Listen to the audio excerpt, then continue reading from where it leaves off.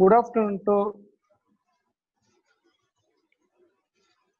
all. Myself, Dr. C.S. Srinivas, Principal of Bhageshwari College of Engineering.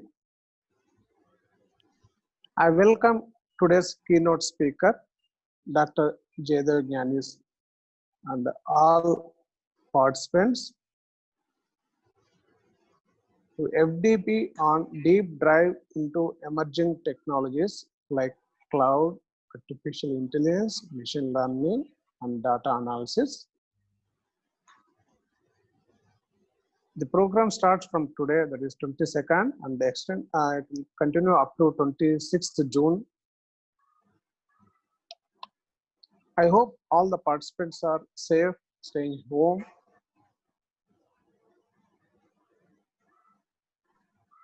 I would like to introduce today's keynote speaker, Dr. Jaydev Gyani. Dr. Jaydev Gyani garu has been working in the Department of Computer Science and Information Technology, Majma University, Kingdom of Saudi Arabia since 2015. He received his doctoral degree in computer science from University of Hyderabad in the year 2009 and master's from Osmania University in the year 1994. Dr. Jaydev Gyani has worked at several levels such as lecturer, assistant professor, professor, head of Department of Computer Science, principal, in various reputed institutions in Warangal district. And sir is having a teaching experience of 25 years. Dr. Jaydev Gyani has handled several subjects such as software engineering, algorithm analysis, design, programming language, assembly language,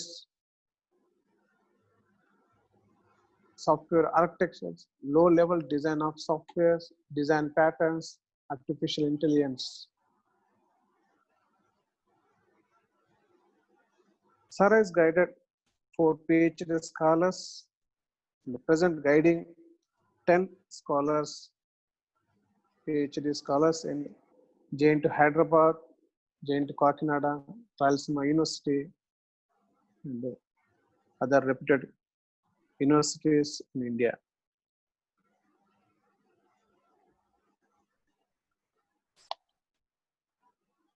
Sir, research interests include software engineering, big data analysis, distributed computing, machine learning algorithm. Dr. Jaydev Gyani has published more than 100 research papers in international journals and conferences. Sir is senior member in IEEE, the ACM, and the Computer Society of India.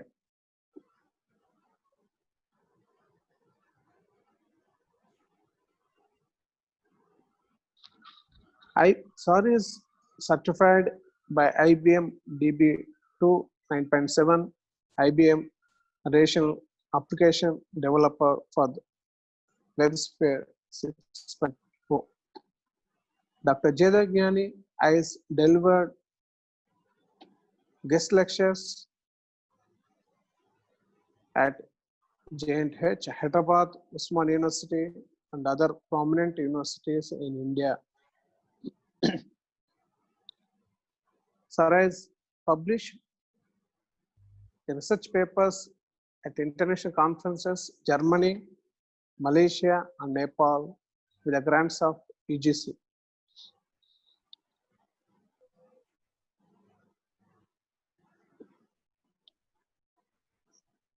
With these few words of introduction of today's keynote speaker, Dr. Jaydev Gyani garu. Now I now I request sir to continue the session. Thank you, sir. Thank you.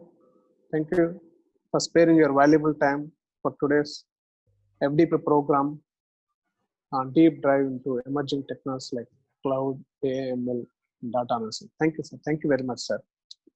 Thank you, Dr. C.S. Srinivas, for introducing me to the audience. And good morning to all of you. It's a pleasant afternoon. Today, I would like to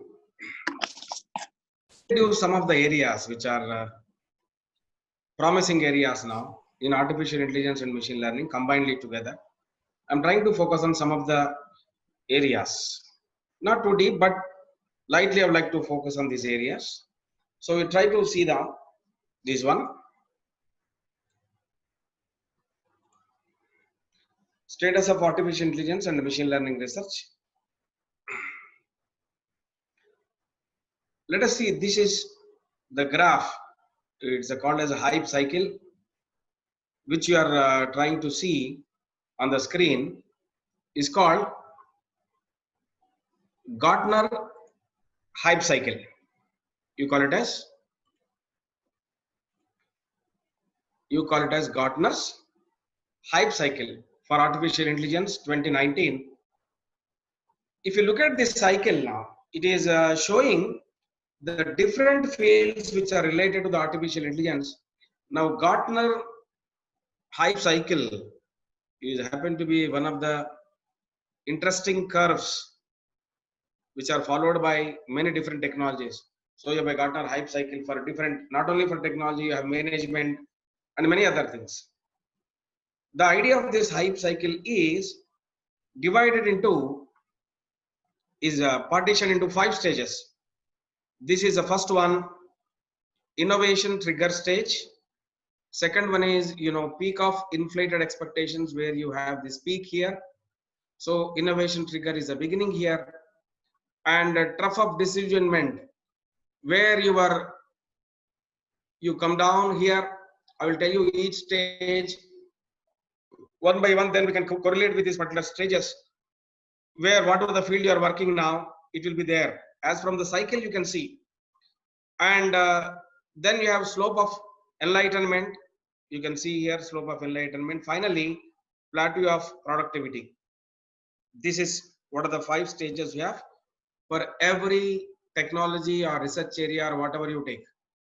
So these are the usually 5 stages which are popular, and everybody follows this particular hype cycle. Not only for artificial intelligence, in general to the computer science or information technology or management or biotechnology, you name whatever you want. But this is the general nature of a hype cycle which can be used. Today I am going to see for artificial intelligence now. So let us come back here. If you look at now, innovation trigger means, so this is the initial stage where different words, buzzwords will come into the market. So first time you are listening to these words. So let us say you see here, you can identify here, artificial general intelligence, AI marketplaces, reinforcement learning, AI governance, augmented intelligence, neuromorphic hardware, decision intelligence, AI cloud services, data labeling and annotation services. You can have AI related C and SI services, AI developer toolkits, edge AI, smart robotics. Among these, I'm going to cover few of them. Just in brief, I'm going to look at them now. These are the different fields you have. All are related to AI only. Network, ASICS, deep neural network, ASICS, quantum computing, intelligent applications, digital ethics, auto ML, chatbots. Then you have conversational user interfaces, deep neural networks or deep learning, graph analytics, machine learning, NLP, natural language processing you have. Then VPA enabled wireless speakers, robotic process automation software, FPGA accelerators, virtual assistants, Then computer vision you have, insight engines, cognitive computing, autonomous vehicles. Then finally, if you look at now speech recognition and GPU accelerators. If you look at here, I am reading different fields in AI at different levels of their maturity levels. If you look at here, they are at different maturity levels. That's what you are trying to look at here. So initially, if you look at now artificial general intelligence now, we are trying to create some intelligence as a module. I want to incorporate into any package I want. So this is, artificial general intelligence. Oh, this is one of the hot area now. How do you generalize your intelligence into a module and you can use it in other fields? Okay, this is what's called general intelligence. Just I'm telling you now. Now this is a new buzzing words now. Whenever you are here, so usually in every July, in every year, you will get a new hype curve for different technologies. So this I'm talking about 2019 July now. So by the time, by next month, maybe by the end of the next month, you will get a new curve. Maybe some of the areas may be removed, some of the areas are added, new technologies are added, old may be removed, some are moving to the next stage and so on. If you look at the points here, empty dot, colorless dot, it will take less than 2 years for final maturity now. If you look at here, the final maturity will come under final implementation and final usage within 2 years. So you see here, speech recognition and GPU accelerators, now they are all popular in the market now. Ready-made modules are available. You can incorporate into your mobiles, laptops, and whatnot everywhere. All the free libraries are available. You can incorporate. So these are available from IBM, then Google, then HP. These are available now. Readily available. Google. You can use them. Toolkits are available. APIs are available. Speech recognition APIs. So they are matured enough. They are working well. So they are highly satisfied now. They are fully matured now. So that's the reason these are white dots. Colorless dots means they are already fully matured. Now they are already people are implementing now. Okay. Then coming to the blue dots, if you look at now, for the maturity of these technologies will take from 2 to 5 years. You are telling roughly between 2 to 5 years you are trying to look at here. So you see now, let us say augmented intelligence and maybe like data labeling and annotation services, AI related C&SI services, AI developer toolkits, edge AI, like this, wherever the blues are available, they're roughly mature within 2 to 5 years. That's the idea. Then how the Gartner is drawing this curve now? How is drawing this curve? What is the idea? From where he is getting the idea? So by talking with different researchers in the industry, he tried to get the knowledge and he tried to combine into a curve. That's what he is doing now. So this is what the blue dots means. They mature in 2 to 5 years. The next one, little dark blue color, these are technologies which will mature within 5 to 10 years. Maybe like, for example, if you look at here, AI marketplaces. Okay. These AI governance like this, these are all will take around 5 to 10 years for maturity. So that's the assumption. So sometimes, it may take even less time also. Sometimes it may take more time. These are only the predictions we are making now. It's not absolute that it should do it. So, but the inputs are coming from different fields of researchers, from industry, from academia, maybe like professors and scientists, industry, those who are applying their principles practically in the industries. So it is coming from all of them. So that is where you are trying to look at now. If you come from here, red dots, this will take around more than 10 years for maturity now. From here, if you look at now, there are very few areas. Are one thing like quantum computing, artificial intelligence, general intelligence, and autonomous vehicles, if you want to fully mature, it will take around more than 10 years for maturity of these particular technologies. You can tell me, already some autonomous vehicles are running in Dubai or somewhere Europe countries are running, but still 100% they are not guaranteed to work in emergencies. Suddenly some man is coming in the middle, they may stop, they may not stop. There are so many issues are involved, still not solved. These are things, still there are lot of challenging communication issues under autonomous vehicles. A man communicating with the autonomous vehicle communicating, that is easier, because both are using some rays, like wireless communication they are using, or Bluetooth they are using, something they are using. Easy to communicate between device to device, but difficult to communicate with human being and autonomous vehicles, because they cannot, human being say, raises his hand, please stop. So you should have a camera in your vehicle to recognize that he's asking me to stop. I need to analyze the data, I need to stop it immediately. So this is what, these are the challenges you have. So it's not so easy as we think, autonomous vehicles are already ready. So these are all still maturing now, still a lot of scope is there for the improvement of this one. Let us look at now gray areas now. Obsolete before plateau. Some technologies will die down even before reaching your maturity stage. The buzzwords will come out. Everybody say, I require this, I want to work in this, I want to work this, I want to work in this. But suddenly what happens after some time, nobody listens to that particular technology. They become obsolete before they reach to the maturity stage.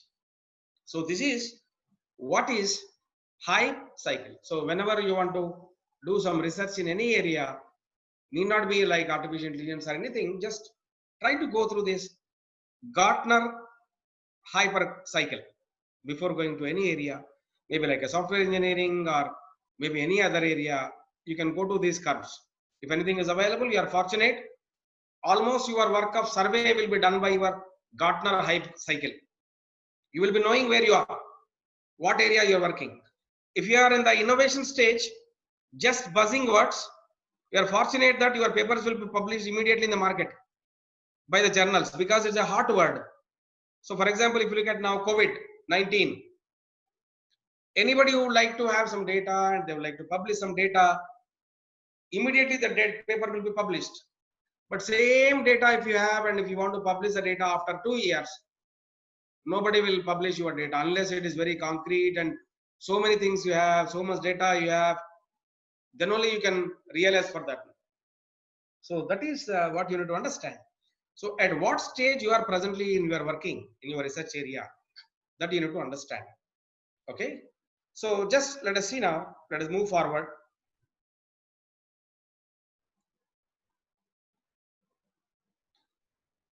Okay, the Gartner, what is Gartner hype cycle? I told you now. The Gartner hype cycle is a graphical representation of the perceived value of a technology, trend, or innovation and its relative market promotion. The cycle can help you understand how the perceived value of a given technology evolves over the course of its maturity life cycle. So by looking at the cycle, you will be knowing at what place you are. Over the course of this life cycle, the Gartner hype cycle speculates on the potential growth trajectory and value that can be obtained by exploiting the technology in its current and next maturity phase. So what the stages, just I explained you now. So we are trying to look at the stages now. First one, as we discussed now, it's the innovation trigger phase. This is the initial phase of a technology breakthrough. It may be a product, process, concept, trend, or idea that attracts media attention and is considered as a legitimate breakthrough. Early adopters investigate the technology, which is characterized by its novelty, high price, and expectation to undergo high customization over the course of its maturity life cycle. The technology is accessible only to limited entities such as research labs and startup firms. Initial area, new buzzwords are coming into the market. and people are following it. They are doing something into that what you are trying to look at here. Let us see the examples of the innovation triggers now. Flying autonomous vehicles. These are flying now, like autonomous drones. They are flying themselves. You are not operating any using remote. They themselves will fly like that. These are called flying autonomous vehicles. You are not doing anything. You are not controlling it. It automatically flying itself. Then biotechnology such as artificial tissues. Now the thing is, can I create a tissue which is completely made from artificial? Tissues is biological properties. Tissues basically, cells and everything. But can I create artificially? That is the hottest area now in biotechnology. Then you have 4-dimensional printing. You might have heard of 3D printing now up to now. Now people are talking about 4D printing now. This is the buzzword now presently. So this is what the innovation trigger means. Then second one, peak of inflated expectations. At this phase, the technology is widely publicized. Vendors use it as a buzzword in marketing campaigns, and investors and customers see it as a hotspot. This phase often sees a surge of vendors flooding the market with complementary and competing products.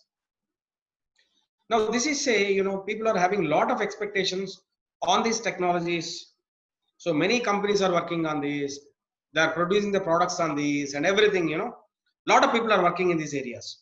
So this is highly targeted here. Now all people are many presently. If you look at these expectations now, deep neural networks. People are calling it as a DNN now. Deep neural networks. People are working now. Digital twins, carbon nanotubes. Digital twins means you are trying to create similar product as a live or non-live entity. You're trying to create a virtual entity which is similar to that, so that I can analyze it and so on like that. So this is a word which is used now in a lot of cases now. These are called digital twins now. Carbon nanotube, they are used in a lot of applications of communications and so many areas that people are using now. So this is at the second stage, is called as peak of inflated expectations.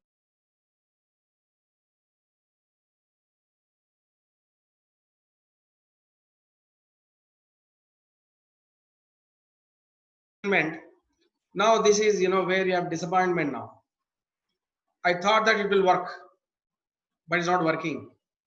I expected, let us say I'm expecting revenues of 100 crores, but I'm not getting any revenue at all. I'm getting losses. So this is where you are now. This is trough of disillusionment. Soon after a technology innovation reaches the peak of inflated expectations, we see activity beyond early adopters. Frequently, some negative press surfaces. So some negative things will happen. People are talking about the negative things about this particular one. Organizations are now looking for meaningful value beyond initial success stories and industry hype. Now the people say, no, only technology is not enough. They want to see, they want to listen more about this, beyond the initial value of this. What else I want? How can I make it into a product? Can I use it in my usage? For example, if you look at now, facial recognition. Now, many of the algorithms are available now, very popular, almost. They are giving 99.9% accuracy. They are giving now. But the thing is that some people are objecting to this technology because they say that our privacy is compromised with the facial recognition. Now, this is a challenge from some of the people. For any technology, there is always you have a positive side and a negative side. Positive side, maybe you can use it. Negative side, maybe it may be challenging your personal data. Like Facebook is revealing your data, your likes or dislikes and everything. So these are the challenges you have, which are coming into the market now for every technology. So let us look at this trough of disillusionment. Some of the examples. Blockchain. Now people are saying, blockchain. Many people are talking about blockchain. Even the governments are also saying Telangana government is also saying we are shortly going to implement blockchain in our technology system. Still, it's not clear exactly the life cycle and everything. It's not fully matured to be implemented in the government sector. People say we will do it, but it is not up to the market when compared to other technology. You see nowadays, blockchain, cryptocurrency. You see nowadays, people are not talking about much now. This blockchain now. Maybe around 6 months, 1 year back, people were talking about blockchain, blockchain, blockchain. Now, nobody's talking about blockchain now. Some people are working. It's okay, but many people say, it's a lot of complicated things. A lot of investment is required. What is the realization of the value of this? We don't know. These are the challenges we have under blockchain now. Then smart fabrics. Another one you have. Smart fabrics means, so maybe you have a sensors in that based on the outside temperature. They change your body based on the body temperature. They will change their temperature. Maybe like when it is hot outside, they will give you coolness into your body. Maybe outside is cool, it will give you heat into your body. Like that, it will change. These are smart fabrics. People talked about that, but now the people are not talking about this much. Maybe because of the manufacturing cost is high or cannot be realized easily. And then one augmented reality. Yes, a lot of virtual reality, augmented reality. They're available like, Microsoft Xbox. You can play with the player inside the computer. You can frame outside. You can, as if like you can play a football with a player inside the computer. You are kicking a ball. Even without having a ball, you can give that signal and you are kicking it. Other can reply it. Maybe you can play lawn tennis with a player inside a computer. Just you can imagine like that, these are all augmented realities, as if you are involved in the particular situation there, augmented reality now. Anyway, there's a lot of applications, augmented realities and so on.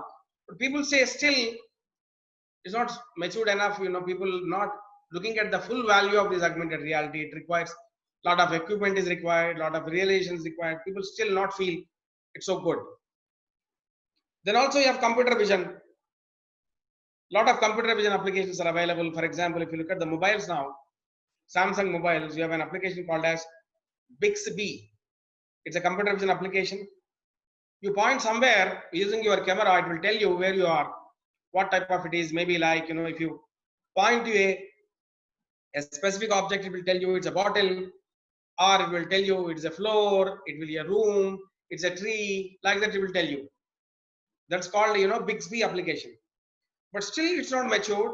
For example, if you look at a tree now, I am showing a leaf now on a tree, but it cannot tell you what type of tree it is by looking at the leaf. So that knowledge is not available. If you look at a tree, it can tell you that it's a tree. But if I can show you a leaf, it will not tell you what type of tree it is. So still the knowledge need to be built up. It requires lot of effort is required to keep the knowledge into that. And another technology, like automatic number plate recognition, which the governments are using now. Now many of the fines for the car, over speeding and everything, they're using laser detectors and also using cameras are also to capture your number. These are also computer vision applications, but still a lot of research is going on. Still, they did not reach the maturity area. Still, the people are working, maybe to increase accuracy, maybe to increase the speed of capturing and analysis and everything. People are doing now. So this is where the people are doing now. Let us look for the fourth one now. Now slowly the technologies are maturing now at this particular area. This is called slope of enlightenment. The technology innovation has now undergone enough success and failure stories, updates and improvements for the industry to understand an optimal path of growth trajectory. Consulting companies are able to provide methodologies and frameworks to assist new adopters. The resulting case studies and adoption statistics are reliable, and the perceived value is now closer to reality now. So almost it's going to mature, this particular technology now. So examples are predictive analytics, IT risk management solutions, cloud services for government. Now, maybe 2-3 years back, if you look at now, government was hesitating to use the cloud services. Why? Data privacy was a concern. That is, how should I protect my data? Now the cloud vendors, what they have done, now they have given a solution. Now they say that now we are encrypting your data now. While you are storing, you are encrypting your data. Only you can see the data when you decrypt it on yourself. You are storing your data in my platform in encrypted form. Now the people are believing the cloud now. Now almost all the government data is now moving to the cloud environment now.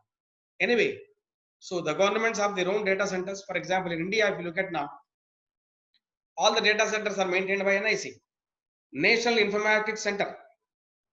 They maintain all the data centers of the government of India official data. They own it, even though because of the privacy concern, like Aadhaar card data or citizens data, whatever it is now, any data related to the government, document, GOs, and everything is maintained by National Informatics Center. They have their own data centers. At Delhi, you have Hyderabad, Bombay, different centers you have. They maintain the data.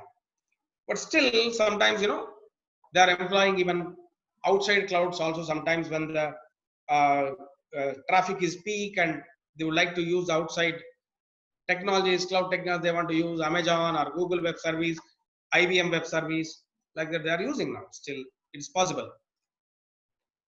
Okay, IT risk management solutions, predictive analytics already, predicting something based on the current events.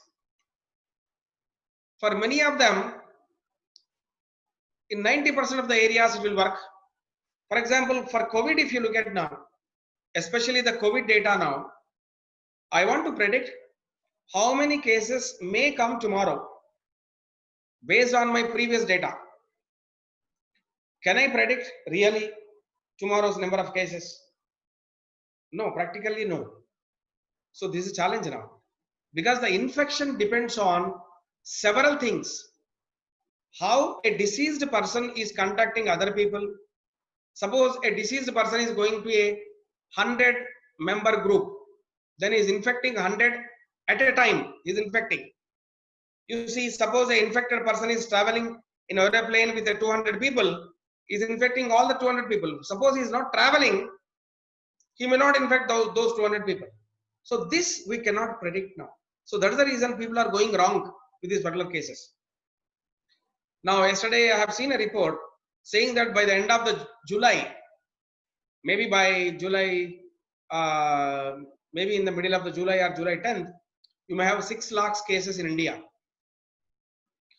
I think as per the progress, if you look at now, time series as how the cases are progressing now, because all the unlockings are happening after June 30, still last unlocking will happen, unlock 2 will happen, lot of cases will emerge.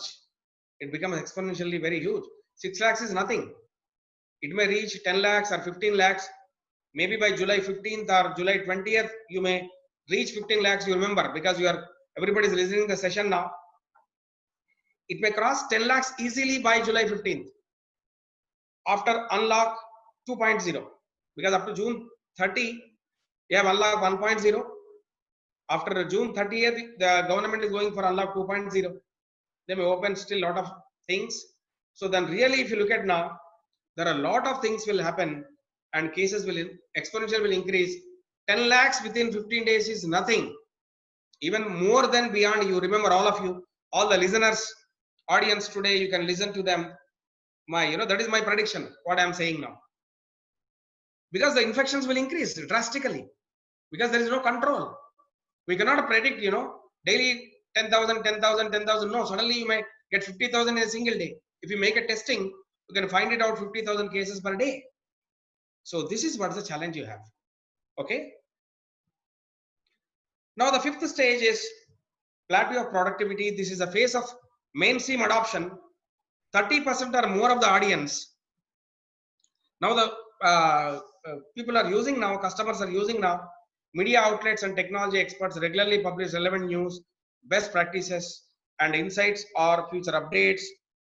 A technology is readily produced and available as an off-the-shelf solution. Off-the-shelf means ready-made. Like I told you, Speech recognition, I told you now.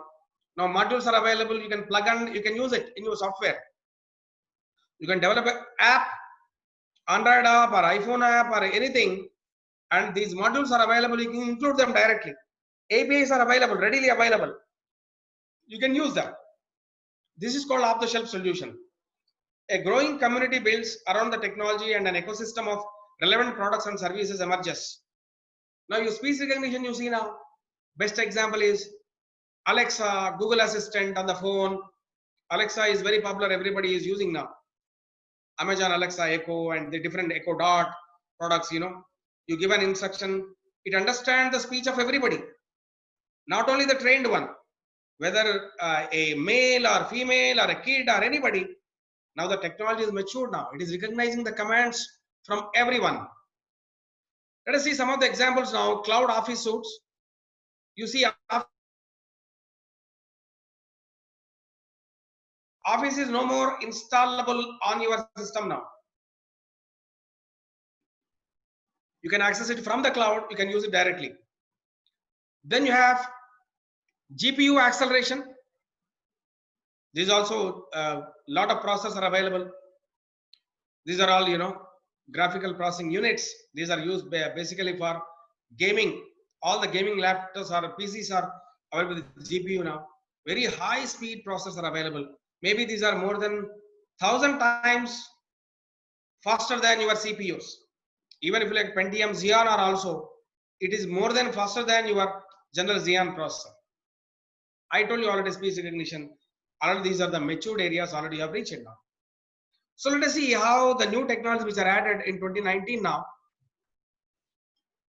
So 8 new technologies are added in hype cycle in 2019 by the Gartner. Let us see AI cloud services. AI cloud services are hosted services that allow development teams to incorporate the advantages inherent in AI and machine learning. Now, all the AI services are provided by several companies now. Few of them are Amazon, Microsoft, Google. They're providing artificial intelligence and machine learning services through cloud. Suppose your data is very huge. Sometimes you have 10 GB data. I need to run an algorithm on machine learning. Practically impossible on your single system. So usually all the people are doing now, they're trying to feed into the cloud and get the results back, and you pay for the time you are running. That's how the people are using now. Those who are doing research on big data, the people are using the cloud platforms now. Okay, this is AI cloud services now. Then AutoML, automated machine learning, is another area now. Is a capability of automating the process of building, deploying, and managing machine learning models. So now this AutoML is popular now. Now, can I make everything is automatic now, including creating a model, creating it, executing, getting the results, giving the input, giving the output, everything. I give the data set. You yourself create all the models, whatever you have, like clustering or anything, you yourself, and you decide yourself which is good. For example, I will tell you a framework like RapidMiner. Here all the models are built in. Just you give data, choose the model, you will get the output. You need not write a single code. Single line of code is required for RapidMiner. The other platform is for your cloud service, Databricks now. If you want to employ machine learning on big data, then Databricks is another platform where you can apply your data, and some trials they are offering. You can go through them. Databricks, they are offering now free services up to certain period, maybe up to a little data size. They are offering free services now. Frequently they allow trainings and so on. So AutoML is the example of Databricks or RapidMiner. These are the examples of this AutoML. You need not write a single line of instruction. All the models are ready-made. Give the data, get the output. These are like black boxes. Okay. Then you have augmented intelligence. Now what you're trying to do is, this augmented intelligence is a human-centered partnership model of people and artificial intelligence working together to enhance cognitive performance, including learning, decision making, and new experience. So here, your intelligence is augmented with artificial intelligence. Suppose I want to take a decision now, like a doctor. I want to take something, a decision on a patient, what type of medicine I would like to give. Then I use expert system from using AI services and machine learning services. I try to guess a medicine based on the patient condition. I try to get a medicine. Then I evaluate myself based on my experience, my medicine and that medicine, I try to match it. Then I give it to a patient. This is called augmenting the intelligence of your intelligence by the artificial intelligence of the machine. These can be combined together. Then another important area is explainable AI. People are also calling it as XAI. It's called explainable AI, artificial intelligence. Here the thing, AI researchers define explainable AI as an ensemble of methods that make black box AI algorithms output sufficiently understandable. Suppose I am giving an input, I am getting an output now. I should be able to explain that output, how I am getting that output. Otherwise, suppose let us say some patient is coming, you are running your model and you say that to that person, you say that you have cancer based on your machine learning model. The people will offend with you. They scold you. Well, how can you say that I have cancer? Then you must explain him. So this is your X-ray. So this is a dot you have. This will indicate a particular, this is a bump indicate a particular cancer indication. So this is how the analysis you make. Then the people will understand. So this is called explainable AI now. A lot of research is going on XAI now. Now anybody is doing some research and producing something, writing an algorithm, getting it output is not enough now. Then you must justify your output. Why you are getting that output? Why not this output? Why this output? If you can justify, then your product will become successful. Okay. Suppose let us say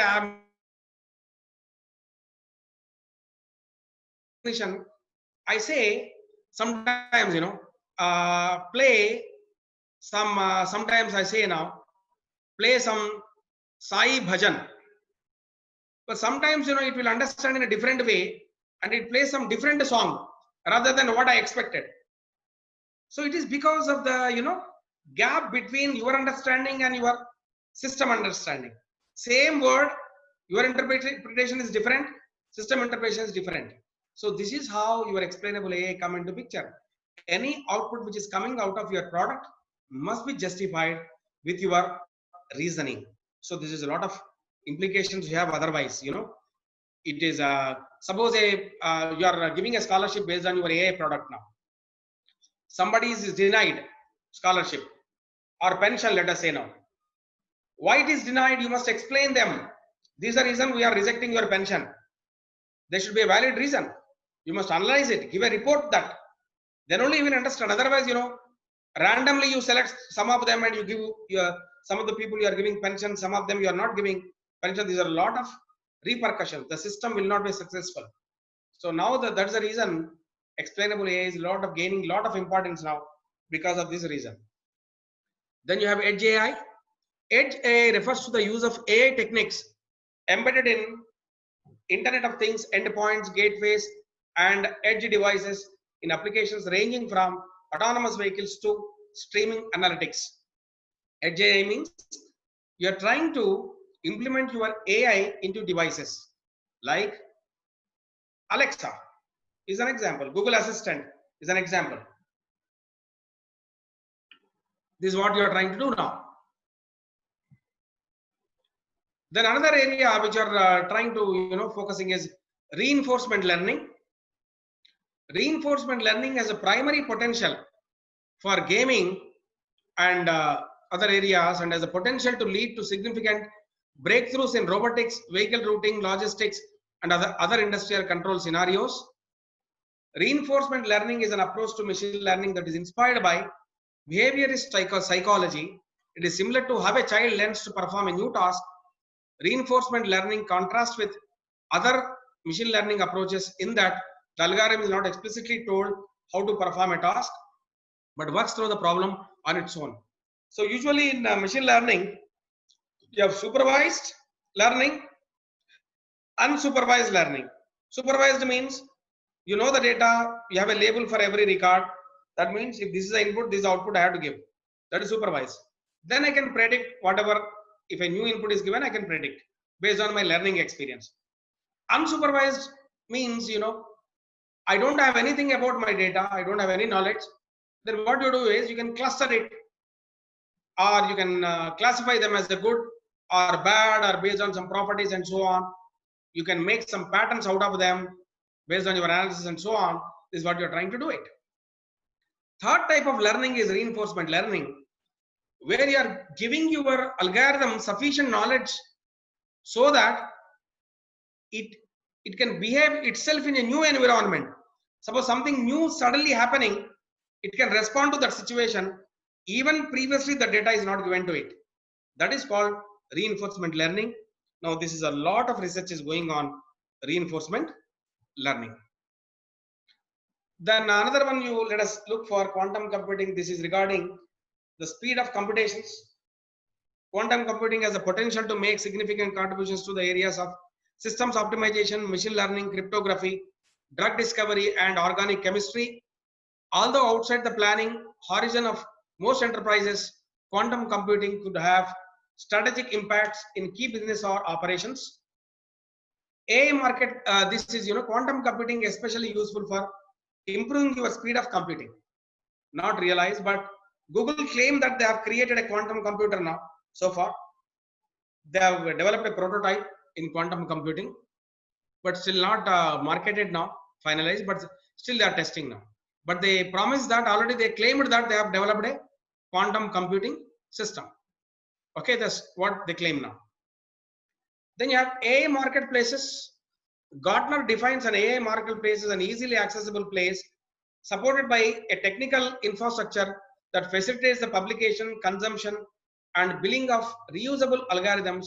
Some marketplaces are used within an organization to support the internal sharing of pre-built algorithms among data scientists. AI marketplace, it's a marketplace where your algorithms are sold. For example, Google searching algorithm. What algorithm it is based on? Usually that algorithm may not be developed in Google. It may be developed by MIT, Massachusetts Institute of Technology. Some scientists may be developing there. But Google will pay royalty to them, or outright they purchase the algorithm from them, they try to use it. So this is how the same thing can be applicable even for the artificial intelligence.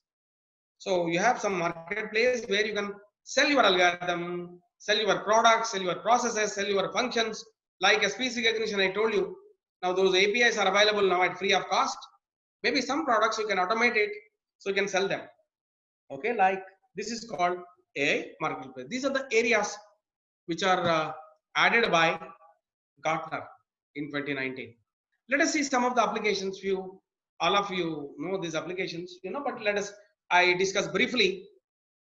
Okay, then I would like to show one video demo of some of the packages which I want to do it now. Chatbots, for every bank is having now chatbots, insurance companies and chatbots. So, but very annoying. Their behavior is very annoying. Sometimes, your question is little tricky. They say, I can't understand your question. You type, you are molding yourself to chatbot rather than it is understanding yourself. It is not molding itself to understand your question, but instead you are changing your pattern of questioning to understand the nature of the chatbot. That's the problem now. So it's very annoying. Even tried with insurance companies or maybe something at a bank, something, finally you vex it off. Then you look for calling number, contact us, there you look for it now, because your problem is not solved really. So anyway, these are the chatbots. These are based on artificial intelligence only, machine learning only. Then AI in healthcare. AI presents opportunities for our application to take the data we have gathered from patients and be able to clinically innovate to improve patient outcomes to an even greater extent. AI improves reliability, predictability, and consistency with quality and patient safety. By analyzing the patient's data, you can look at a new patient is coming, the previous knowledge can be used to give a better treatment for the patient and so on. while it can't replace doctors and nurses, it can make them more effective, efficient, and happier on the job, as it takes the cognitive burden of our providers, which increases confidence as well as reduces stress and anxiety. Because it is like augmented intelligence now. The knowledge of gaining from the previous patient's symptoms can be used along with your knowledge so that your burden will be reduced. So this is, usually when you go for the medical industry now, you go to the doctor. He says that surgery is mandatory. Then you go for the second opinion. The doctor also said surgery is required. Then you go for the third opinion. He also says again surgery is required. Then you go for the surgery. Otherwise, somebody says with medicines it can be cured. Somebody says it cannot be cured with medicines. Somebody says it can be cured with radiation. Whom to believe?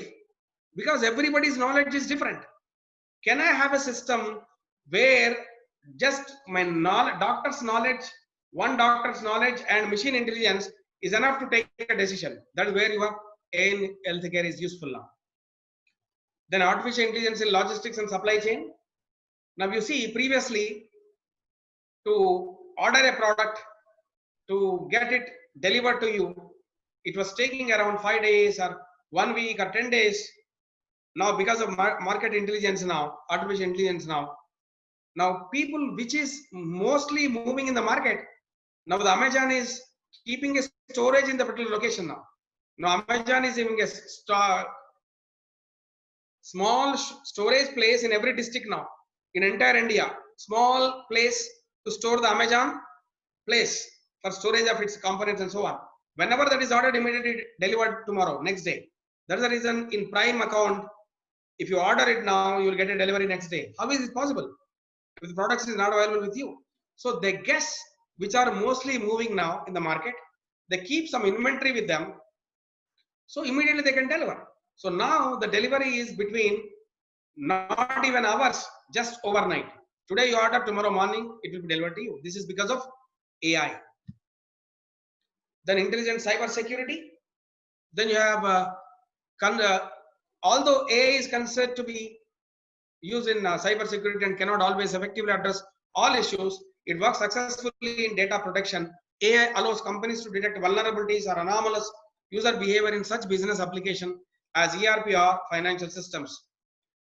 You can compare with this an example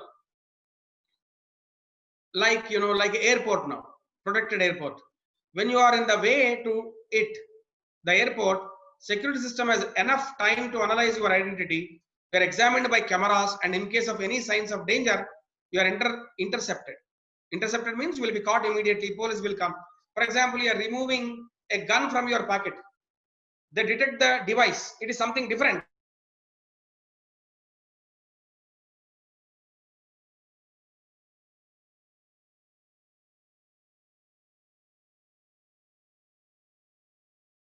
Now, biggest airports, it is now installed now, this technology now.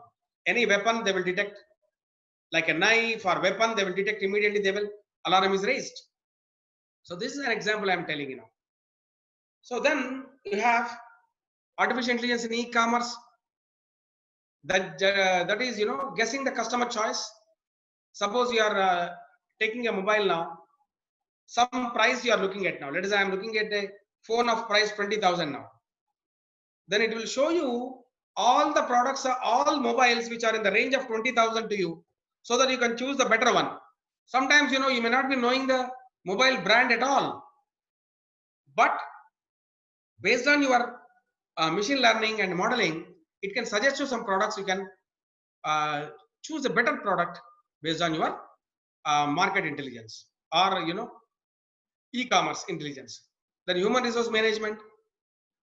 For example, now many of the resume filtering services are done by automated HR tools now.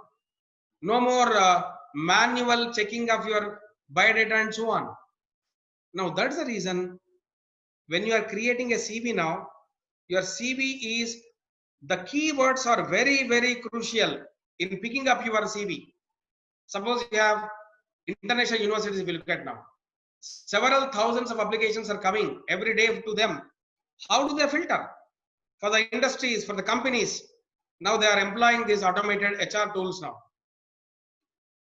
Based on the keywords you have done, let us say certified data analyst.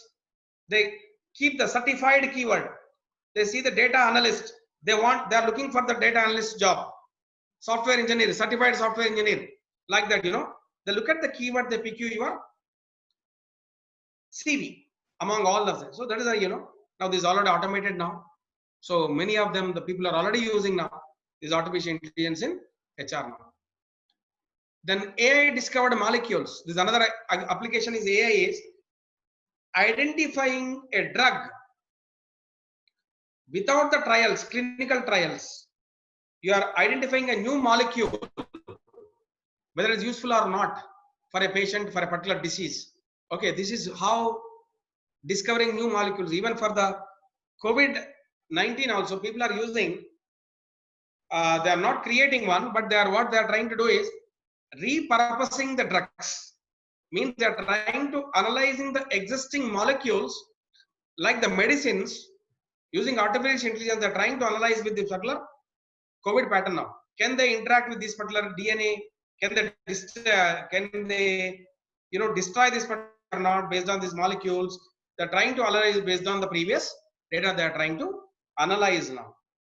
So, for example, if you look at now, the researchers say the antibiotic called Halicin is the first discovered with artificial intelligence by AI researchers in MIT in 2019.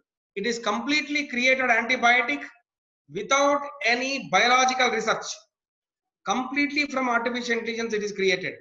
It is just created 1 year back. It is in 2019 it was created. It is called Halicin antibiotic.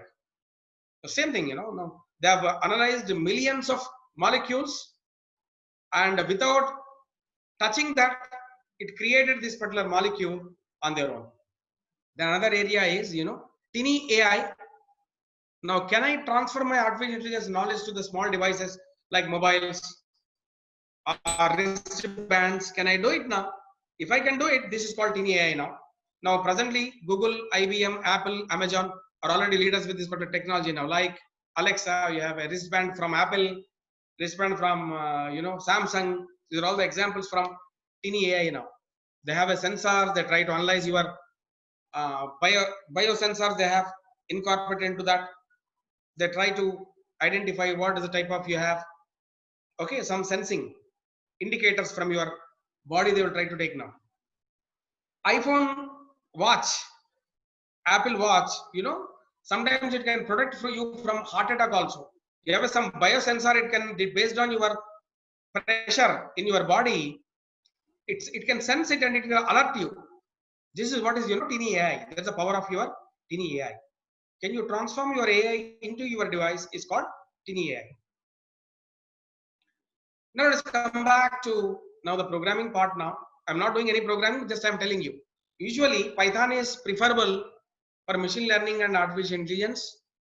Some of the uses of this AI, this Python is free and open source. Exhaustive libraries are available. Smooth implementation and integration is possible. Increased productivity by reducing the time to code and debug. Can be used for soft computing, like a natural language processing as well. Works seamlessly with C and C++ code modules. These modules can also be implemented. Python modules can be implemented even in C and C++ also. So that's the reason, Python is most popular. I will show you some of the libraries which are popular for AI and machine learning now. Now I will try to show you Python libraries for machine learning. Here I am trying to show you, and deep learning. First popular one is TensorFlow. It is one of the best library available for working with machine learning on Python. Offered by Google, TensorFlow makes ML model building easy for beginners and professionals alike. Using TensorFlow, you can create and train ML models on just computers, but also mobile devices and servers by using TensorFlow Lite and TensorFlow serving that offers the same benefits, but for mobile platforms and high performance servers. The TensorFlow can be used on mobiles, implementing even high-end platforms also. It is available for everything. So this TensorFlow is a very popular application now. Basically, why you are using the task is basically core task is building deep learning models. So let us see a small demo about this one. Let us see this particular demo now. Just watch the video of this TensorFlow. It is used by a medical people develop a small app. How it is useful? Just you watch the video now.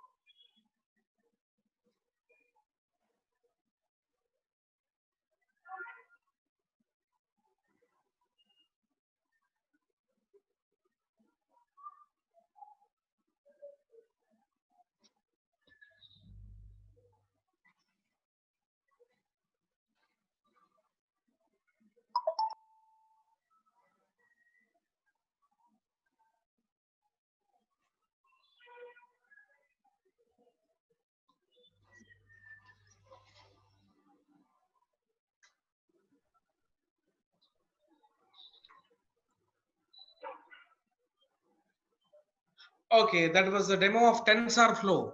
They have implemented in a health app for creating a app using TensorFlow. They have done it. So this is how they have done it. Because that was a really important crop. It provides Okay, maybe over still it's 500 running. million So let Africans me every stop day. it here. Fail on there to Let me stop it here. We'll continue with this now.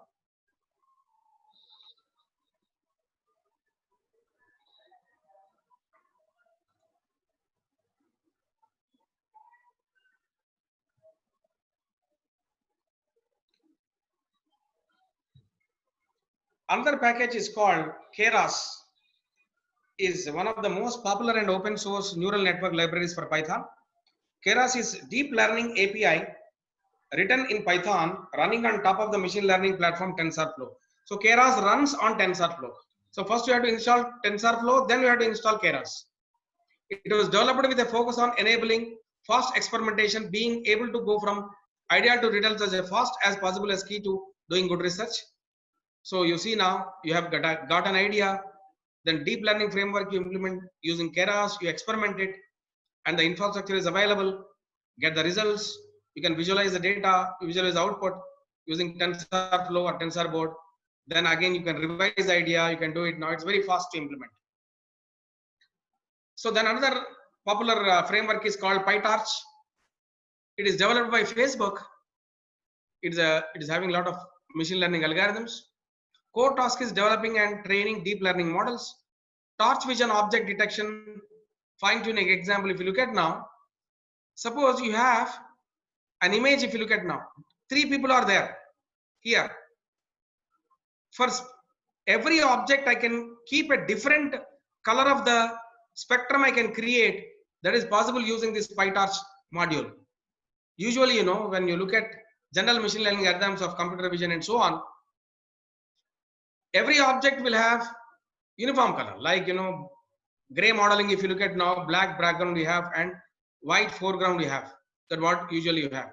But using this PyTorch, you can create every object I can create with a different spectroscope, different color I can create for each of them. That is the power of this particular PyTorch. The another one is called as scikit-learn for machine learning, usually in Python. You have classification, regression, clustering, dimensionality reduction, model selection, pre-processing. These are available here. Core tasking is modeling. This scikit is used for. Then another one is called pandas. Usually it is used for data manipulation and analysis. You use pandas. Roughly, if you look at for this, pandas is, which is just a technical term for a 2-dimensional representation of data by offering programmers with data frame objects. It is used for data manipulation and analysis. Then you have NLTK, Natural Language Toolkit. Any natural language applications, if you want to do it, like there are different type of interfaces. You have NLTK, like lexical resources such as FrameNet, WordNet, Word2 Vector, and several others to programmers. Some of the highlights of this NLTK are searching keywords in documents, tokenization and classification of text, recognition on voice and handwriting, lemmatizing and stemming of words. Basically, this is used for text processing. Okay, then you have Spark MLlib. It is from Apache now. This is called as, it's a scalable machine language framework. It is developed by Apache. It is a library that enables easy scaling of your computations. It is simple to use, quick, easy to set up, and offers smooth integration with other tools. It supports integration, clustering, optimization, so many things. But only the thing here is that it can be applicable for scaling. If your data is increasing, you can go for that. Another framework is called, package is called Theano package. The powerful Python library enabling easy defining, optimizing, and evaluating a powerful mathematical expression. In every slide, a link is available here. You can see. You can click that. You can learn more about the package, demos, API. Everything you can learn from this particular link now. In every package, I have given a link. So please click it and you can get the details about the link in details. Okay, applications, limitations, everything you can get from that. Just I'm giving an introduction. It is basically support for GPUs to perform better in heavy duty computations compared to CPUs. Strong integration support with NumPy, and it can be integrated with NumPy also. It is used for faster computation. This is then you have the ANO is used for that.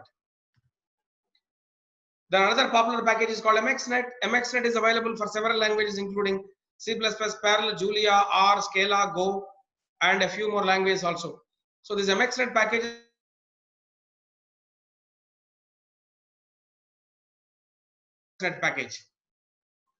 a truly open source, and one of the toolkit available under MXNet is Gluon CB, computer vision toolkit you have. Okay, It is with rich model zoo from object detection to pose estimation. Several applications can be done with Gluon CV computer vision. You can see now. And another package is called toolkit is called as Gluon. NLP provides state-of-the-art deep learning models in NLP for engineers and researchers to fast prototype research ideas and products. These are part of your MXNet toolkits. Let us see a small demo on this MXNet.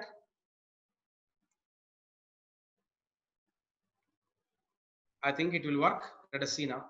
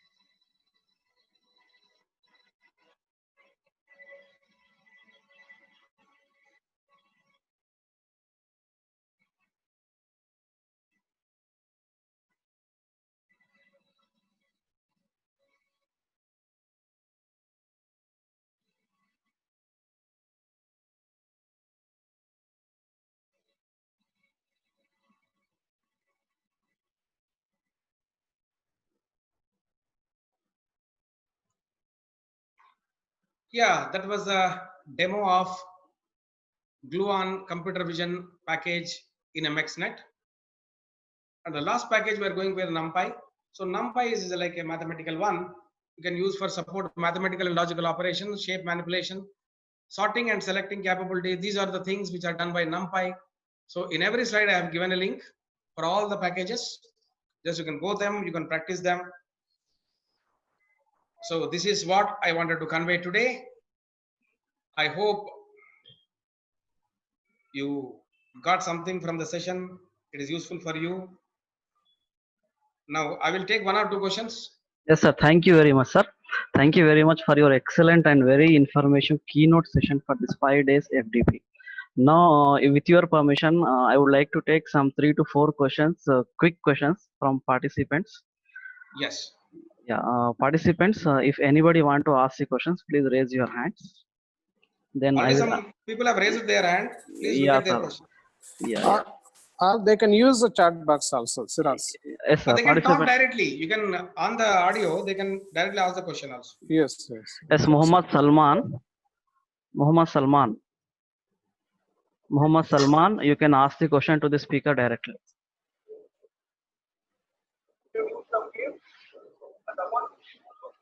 Yes, Salman, please ask the question.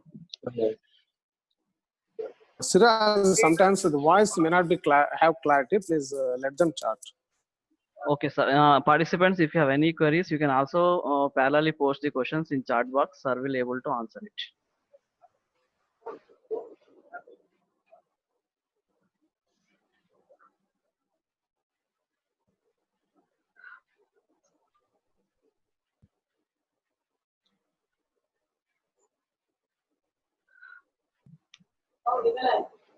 Yes, Fatima Izahara, if you want to ask any questions, you can.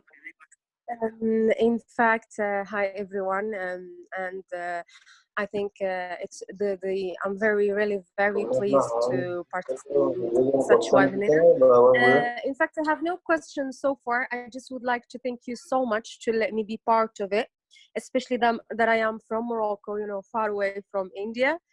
But I really the webinar and presentation was really very informative, and I did benefit from it. Thank you so much. Thank you, madam. Thank you. Thank you. Yes, anybody Yes. else? Thank you. Thank you.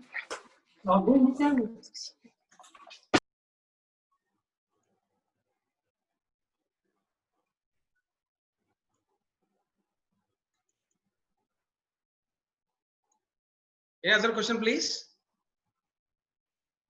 Sir, one question is there in chat box. Yeah. He is asking, I am from mathematics background. How can I implement AI in authentication system? Authentication of what? Authentication system. Login, already- password protected. Already it is a well-proven field. Authentication is. Is it for access control or for what you are using? Or it's a well-known field. It is authentication mechanism. Is it for image processing? You want to do it, or how you want to do it now? The question is not clear, sir. Yes, participants, Authentication please, of what you want to do it? yeah, please post the question in a clear way. So anybody else, if you want to ask the questions, yes, Vamshi Krishna. Yes, sir. Please go ahead. So he's having some connectivity problem. That's it, sir. Nobody else want to ask the questions. So Okay, thank you. Still, yeah. If still anybody want to ask the question, please post your question in chat box. I will forward it to the speaker. Speaker will able to solve it later. Thank you very much. And Thank you, Dr. Jaydev Gyani, sir. Thank you very much for sir, sparing your valuable time. Sir, one small message. So sorry to interrupt you. All the participant has to fill feedback form. I mean attendance cum feedback form, which was available in your chat box. Please fill it. Over to you, sir, principal, sir. Thank you, Dr. Jaydev Gyani, sir, for spending your valuable time during this pandemic.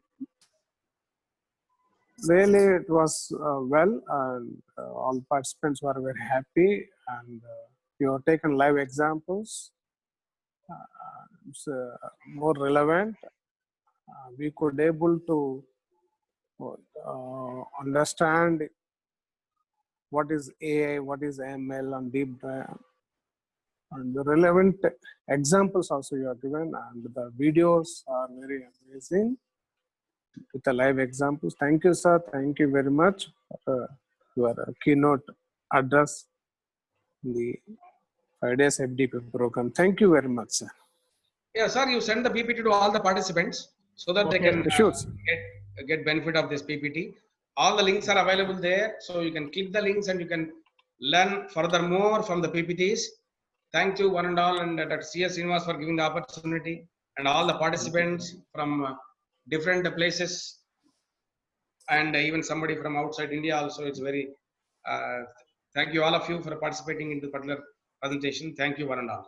Thank you very much, sir. Sirajuddin, yes. Sirajuddin, yeah, please you forward the PPTs of sir which I have emailed to you yesterday. Sure, sir. Yeah, you forward, or you can put in the link in the chat box of the PPT so that they will download. Okay, sir. Sure, sir. Sure, sir. I will do that. Yeah, I'm leaving the meeting. Okay, bye. Thank you very much, sir.